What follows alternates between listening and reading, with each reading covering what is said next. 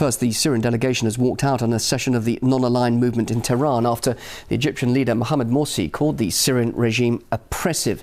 In his speech, Morsi added that Assad's government had lost its legitimacy and called on the attending nations to support the rebels. Well, let's discuss this now with Sarah Flounders from the International Action Centre. Joining me live now from North Carolina in the States. Now, Syria's foreign minister has condemned Morsi's comments as inciting further violence in the country. What do you think?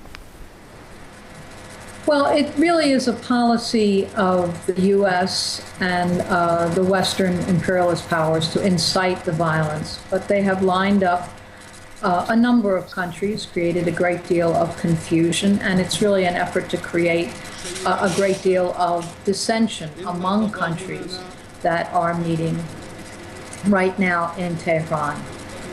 What's important, though, about the meeting itself was that the U.S. made every effort to sabotage this meeting and to make it impossible for it to happen. So the fact that so many countries have met and are determined to find ways to cooperate is itself significant.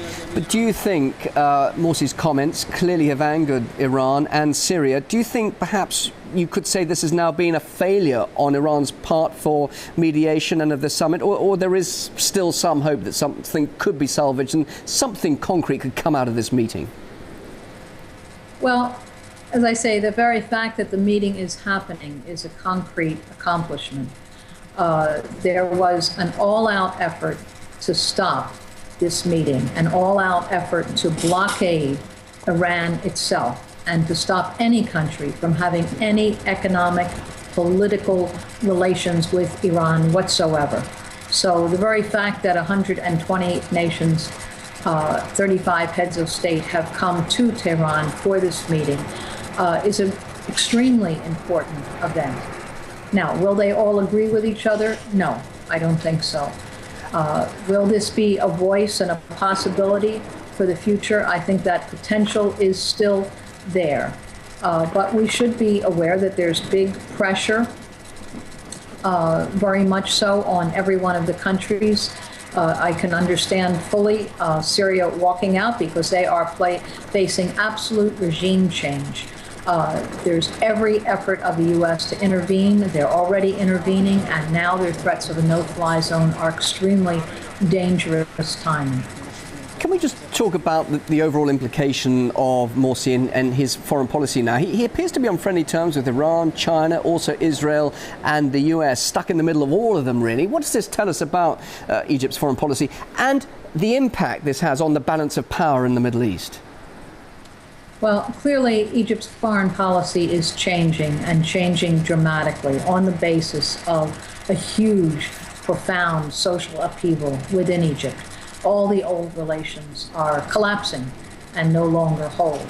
Whether genuinely new relations will come out of it, that remains to be seen for the future. Can I quickly ask you, though, just what sort of influence does the US have over Egypt now? Because obviously he went to that meeting, which upset the US, and at the same time, he did actually condemn the Syrian regime and, of course, upset Iran. So what about the relations there? Well, I think clearly he's trying to play a double role and balance himself both ways. That can't be done, not for any length of time. It's an untenable position.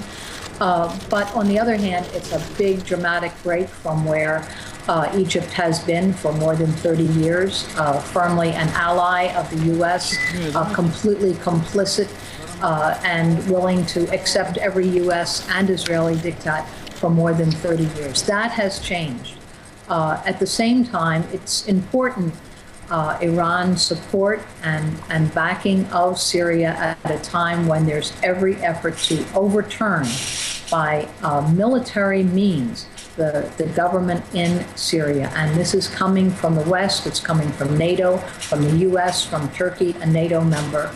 And standing up to that is an important issue, and it'll be a big struggle within the non-aligned movement, and perhaps a dividing point. Sarah, thanks so much for joining us live and sharing your thoughts here on RT. Sarah Flounders from the International Action Centre.